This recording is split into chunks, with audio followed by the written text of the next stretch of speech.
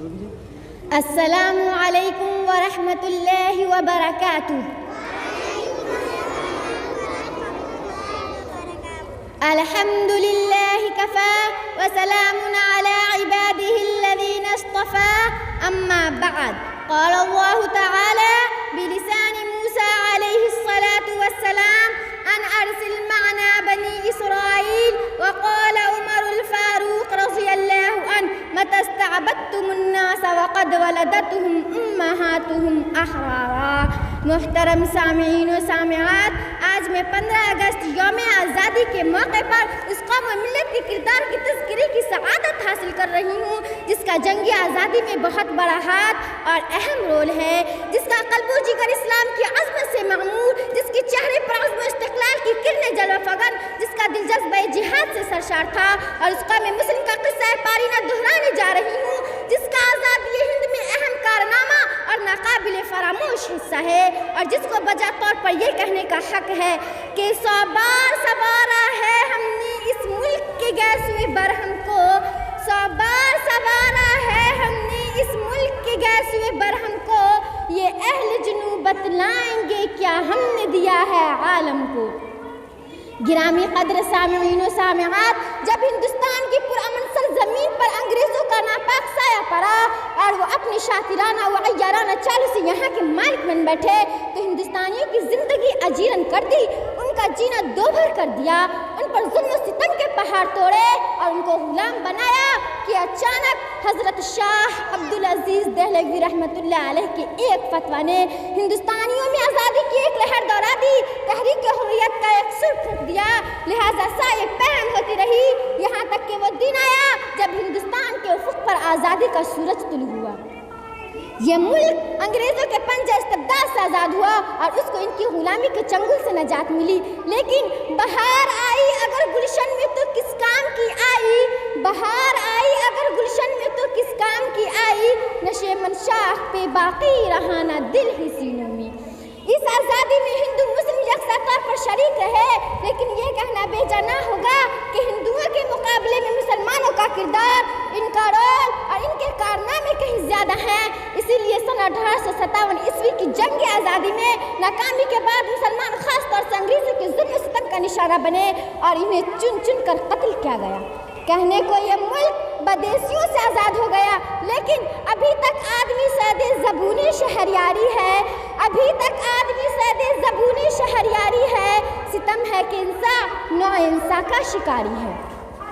معزز سامعین و سامعات، یہ حقیقت ہے کہ اگر آزادی ہند میں مسلمان عموماً اور علماء کرام خصوصاً حصہ نہ لیتے، اس کی حریت میں ہاتھ نہ بٹاتے تو ہندوستان کی آزادی کا خواب شرمندہ تعبیر نہ ہوتا، تحریک آزادی نہ جیتی، تحریک بالا کوٹ کا وجود نہ ہوتا، تحریک ریشمی رومال کے بنا نہ پڑتی، تحریک خلافت کا غلغلہ نہ ہوتا، ہندوستان چھوڑو تحریک کا زور و شور نہ ہوتا، اگر مسلمانوں نے اپنے پاکیزہ لہو سے شجر آزادی کی آبیاری نہ کی ہوتی اور اپنے خون جگر سے عروج سے آزادی کی حنا بندی نہ کی ہوتی تو آزادی کے 50 سالگرہ اور گولڈن جبلی کا جشن منایا جاتا۔ کان کھول کر سن لیجئے، یہ مسلمانوں کا ہی کردار ہے کہ انہوں نے ظلم و جور اور جبر و تشدد کے خلاف عالم میں بغاوت بلند کیا،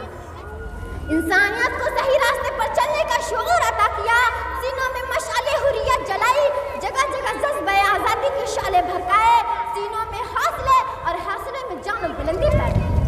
کبوتر کے تنے نازک میں شاہین کا جگر پیدا کیا، روح مردہ مشرق میں خون زندگی دوڑایا، جس کے نتیجے میں وہ طوفان تند و تیز اور موج تند جانا اٹھی کے نہنگوں کے نشے میں تہو بالا ہو کر رہ گئے، کاخ استبداد اور قصر ظلم و ستم کے در و دیوار ہل کر رہ گئے اور ان کے شجر تلخ تمر جڑ سے اکھڑ گئے۔ اگر آزادی ہند مسلمانوں کے کارنامے اور ان کے کردار کی داستانیں سننی ہو تو فرنگ کے برپا کیے ہوئے طوفانوں سے پوچھو، بالا کوٹ کے پہاڑوں سے پوچھو، شاملی کے میدانوں سے پوچھو، چاندنی چوک سے لے کر خیبر تک کے درختوں سے پوچھو، دہلی کی جامع مسجد اور لاہور کی شاہی مسجد کے در و دیوار سے معلوم کرو، ہماری داستان دریائے رابی کی خشمگی موجوں سے پوچھو، افغانستان کے فلکبوز کوہستانوں سے پوچھو، روس و ترکی کی برفیلی چٹانوں سے پوچھو، عرب کے تپتے ہوئے ریگزاروں، ویران فضاؤں کے چاند تاروں، گلشن کی سرخ بہاروں اور سلاسل کی جھنکاروں سے پوچھو، ہماری داستان زندہ کی تاریکیوں، مالٹا کی کال کوٹریوں، عدالت کے کٹہروں اور پھانسی کے پھندوں سے پوچھو۔ یہ تمام چیزیں ہمارے دائرینہ تعلقات شناسائی کے واقعات اور ہمارے خلوص و وفا کے نغمے سنائیں گی۔ مختصر یہ کہ مسلمانوں نے چلا جاتا ہوں ہنستا کھیلتا موجے حوادث سے، چلا جاتا ہوں ہنستا کھیلتا موجے حوادث سے، اگر آسانیاں ہو زندگی دشوار ہو جائے، کا بھرپور مظاہرہ کیا اور اس وطن کو آزادی دلانے میں ہر طرح کی قربانی دینے سے ذرا بھی دریغ نہ کیا، لیکن پھر بھی کہتے ہیں ہم سے یہ اہل وطن،